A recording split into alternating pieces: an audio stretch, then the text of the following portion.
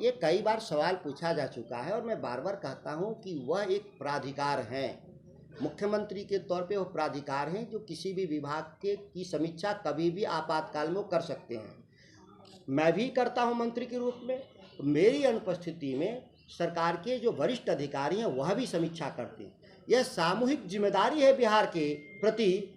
कोई एक व्यक्ति रिस्पॉन्सिबल नहीं होता। जब हम कैबिनेट में होते हैं तो सामूहिक उत्तरदायित्व के जरिए अलग अलग और हम लोग सामूहिक रूप से बैठ के फैसले देते रहते हैं। यह कोई अन्यथा लेने वाली विषय नहीं है, जिसको मैं मानता हूं। और ज़रूरत पड़ेगा तो माननीय मुख्यमंत्री जी हमको आमंत्रित भी लगेगा कि ज़रूरत है तो जरूर आमंत्रित करेंगे। बिहार में पुरानी मंडी यह सरकार यूपीए की सरकार है। सभी अपने अपने कामों में लगे हुए हैं बढ़िया से। इसमें मुख्यमंत्री और मंत्री कोई अलग नहीं होते हैं। मंत्रिपरिषद का गठन सामूहिक उत्तरदायित्व के जरिए होता है। सबकी अपनी जिम्मेदारी बटी हुई है, बंधी हुई है और ज़रूरत पर सहयोग करते हैं एक दूसरे को। जिसको जितना ज़रूरत, जिसको सहयोग लेगा हम लोग देने को तैयार हैं और हम जब मांगते हैं तो मिलता भी है सहयोग। जी, मैं पुरानी मंडी व्यवस्था के लिए मैंने कागज लिख दिया डिपार्टमेंट को, वापसी पत्र कि कानून बनाने की प्रक्रिया शुरू की जाए और उसके ड्राफ्ट को उपस्थापित किया जाए मेरे सामने। क्या राज्य के मंत्री अभी कुछ काम करना शुरू किए हैं, जिस तरह से आप खुद एक्टिव हैं, वो अधिकारियों के साथ आप पूरी तरह से काम करने जो योजना बना रहे हैं चौथा रोड मैप, वो सफिशिएंट होंगे उनके साथ या बदलाव चाहते हैं सर? पूरे रोड मैप में जो मैं भूमिका अधिकारियों का सीमित कर दिया। पहले जो केवल अधिकारी बनाते थे, इसमें अब विशेषज्ञों को मैंने डाल दिया। देश भर के विशेषज्ञों की परसों दिन आप देखे होंगे, करीब लगातार 12 घंटा मैंने उनके साथ जो अध्ययन और देश भर के जो पद्मश्री थे, जो कृषि क्षेत्र में अच्छे काम किए थे, जिनको हमने बुलाया था, आमंत्रित किया था, उसमें आधे बिहार के थे और आधे बाहर के थे। तो हम विशेषज्ञों की भूमिका को मैं बढ़ा दिया हूँ। कृषि रोड मैप में अधिकारियों की भूमिका बहुत सीमित होगा, जो केवल बेस लाइन डेटा के जरिए ही उनको उसमें इंटरवेन करेंगे। पॉलिसीज कृषि क्षेत्र के किसान, फार्मर्स, कृषि विशेषज्ञ, साइंटिस्ट, कारोबारी, जो कृषि के क्षेत्र के कारोबार करने वाले लोग, यह सभी मिलकर इस बार तय करेंगे। इसीलिए आपको अलग दिखेगा कृषि रोड में। बिहार में सरकार में आरजेडी की रही है उस समय, या कृषि मंत्री को आप देख लिया जाए, तब मानते हैं ना कहीं नीतीश कुमार भी इसमें दोषी हैं, क्योंकि मुखिया तो नीतीश कुमार हैं इन 17 सालों में। मैं पिछले किसी सरकार के बचाव के लिए नहीं बैठा हूँ। जितनी बातें मुझे कहनी है उस मामले में वो मैं कह चुका हूँ कई अवसरों पे। जो अभी वर्तमान केंद्रीय मंत्री का जो बयान था, जिसको आप प्रमुखता से पूरे राज्य भर के लोगों को बताए, वो उसका पक्ष बिहार सरकार का और कृषि विभाग का जो देना था, उसके लिए मैंने इस बात को कहा। जितनी अलग जो सवाल हैं, उस अलग सवालों के जवाब मेरे पहले ही बयान जा चुके हैं।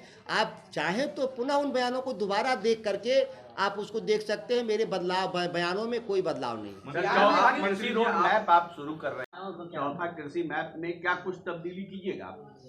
चौथा जो कृषि रोड मैप आएगा वो बिहार के लिए नहीं, देश के लिए रोल मॉडल होगा।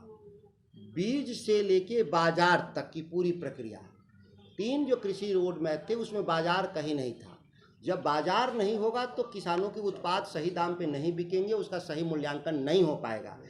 इसलिए पूरी बाजार की भी व्यवस्था चौथे रोड मैप में रहेगा। ये नया चीज़ आएगा। दूसरी सबसे महत्वपूर्ण बात, हम आंकड़ों के जरिए नहीं, जो बजटरी सपोर्ट के जरिए नहीं, हम नीतियों में व्यापक बदलाव के जरिए कृषि क्षेत्र में हम क्रांतिकारी बदलाव लाएंगे। जिसमें प्रमुख रूप से 2006 में भारतीय जनता पार्टी के मंत्रियों ने क्या किया कि कृषि मंडी कानून को ख़त्म करवा दिया था। क्योंकि केंद्र में बैठे हुए लोग जो हैं उनके इशारे पर ही हुआ। और देखेंगे आप कि 2021 में आते आते केंद्र सरकार ने भी कृषि मंडी को ख़त्म करने का काम किया था। हम कृषि मंडी कानून को पुनः हम वापस लाएंगे, जिसमें बाजार में सक्रिय रूप से हस्तक्षेप करेंगे।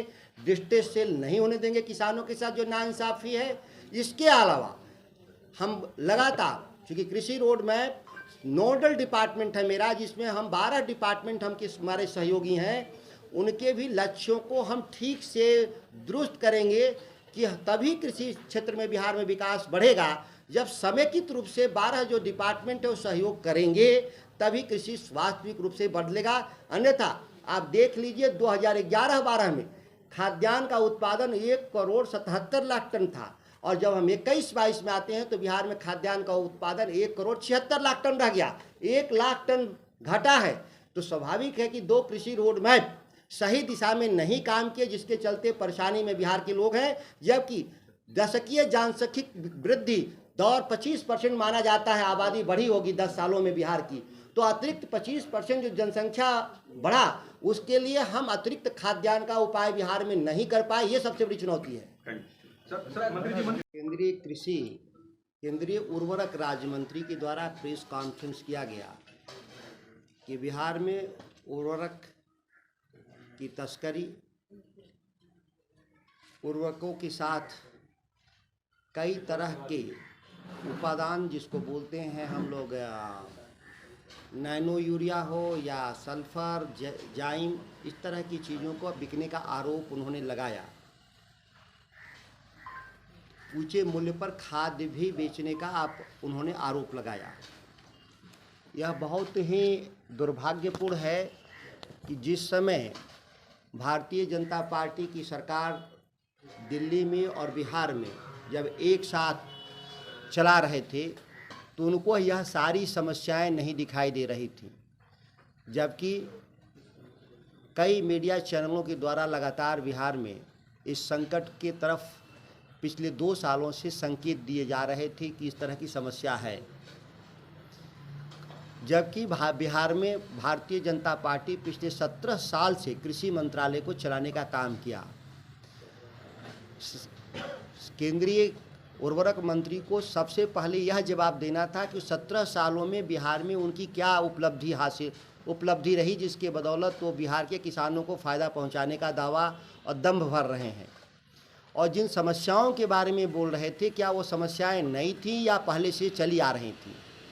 सबसे बड़ा सवाल की समस्याएं थीं जिसके बारे में मंत्री बनते ही जो 1 महीना के तकरीबन हुए, हम इन समस्याओं की तरफ संकेत साफ शब्दों में किया था, जिसको मीडिया के बंधुओं में से एक वर्ग माना कि हम आलोचना ही अपनी सरकार कर रहे हैं, जबकि सही यही था कि यह समस्याएं गंभीर रूप से बिहार में पहले ही से हैं, जिस पर नकेल कसने की आवश्यकता है।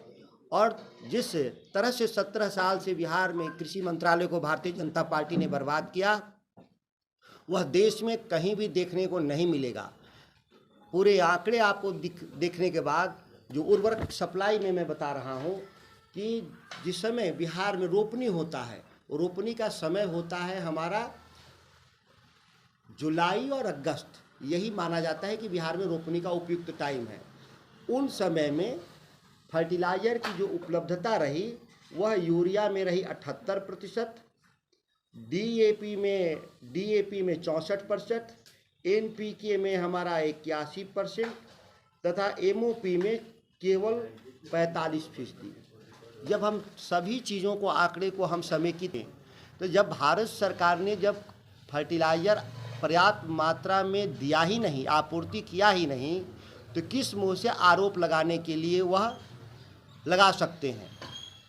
रह गया तस्करी का सवाल और उनके जो टैगिंग बिकने का सवाल, जिन्होंने आरोप लगाया कि ये मच्छरदानी और छाता इस तरह के नॉन टैग सब्सिडी आइटम को टैग किया गया। यह पिछले कई सालों से, जिसकी बात हम इसलिए नहीं कर रहे हैं कि ये कई सालों से ये काम चल रहा था बिहार में। यह कंपनियां जो हैं ये भारत सरकार की कंपनियां हैं। जब केंद्रीय मंत्री जानते हैं कि भारत सरकार की कंपनियां बिहार में बिहार के साथ बिहार को एक उपनिवेश के रूप में देखती हैं, वह एक कंज्यूमर स्टेट के रूप में देखती हैं और वो तरह तरह से बिहार के किसानों को प्रताड़ित करती हैं, जो उनके पास पर्याप्त आंकड़े और साक्ष्य पहले से ही हैं, जिसकी मैं बार बार चर्चा कर रहा हूँ। तो अपनी कंपनियों पर उन्होंने कार्रवाई क्यों नहीं किया?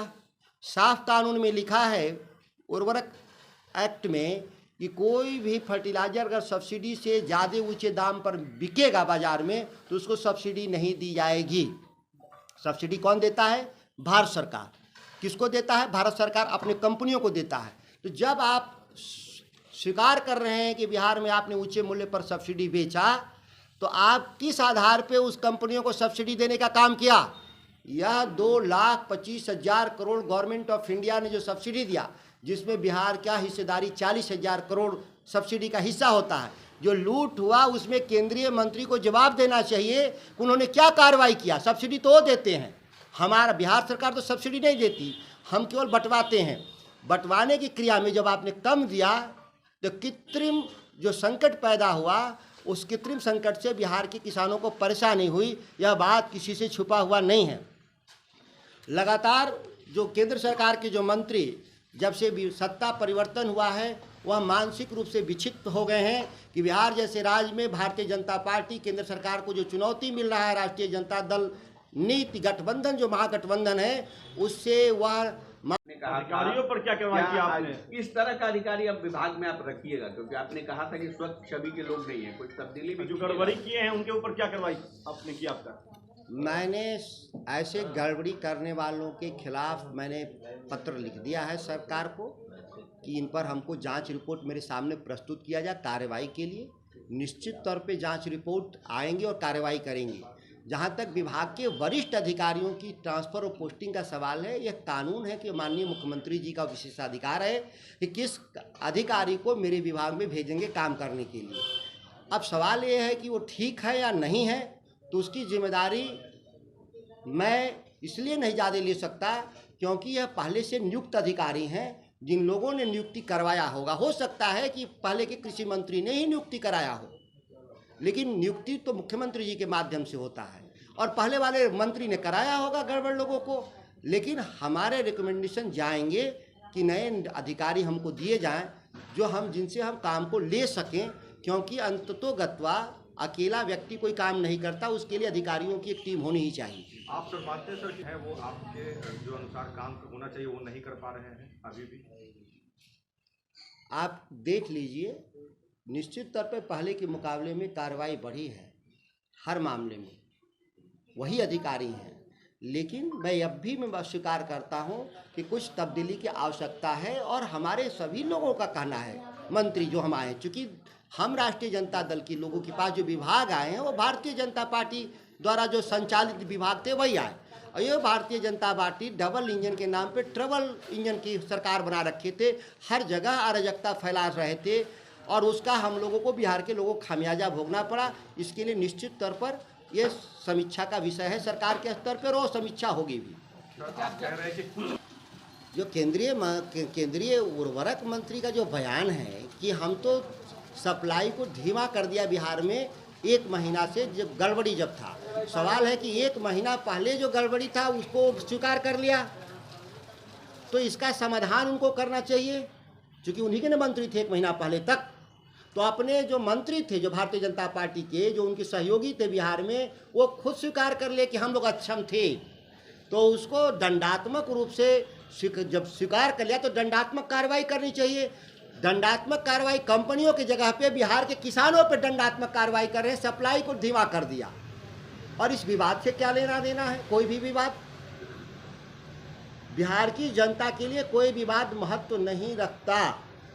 सभी लोग मिलकर के बिहार की 13 करोड़ जनता की सेवा के लिए आए हैं, वह केंद्र की सरकार हो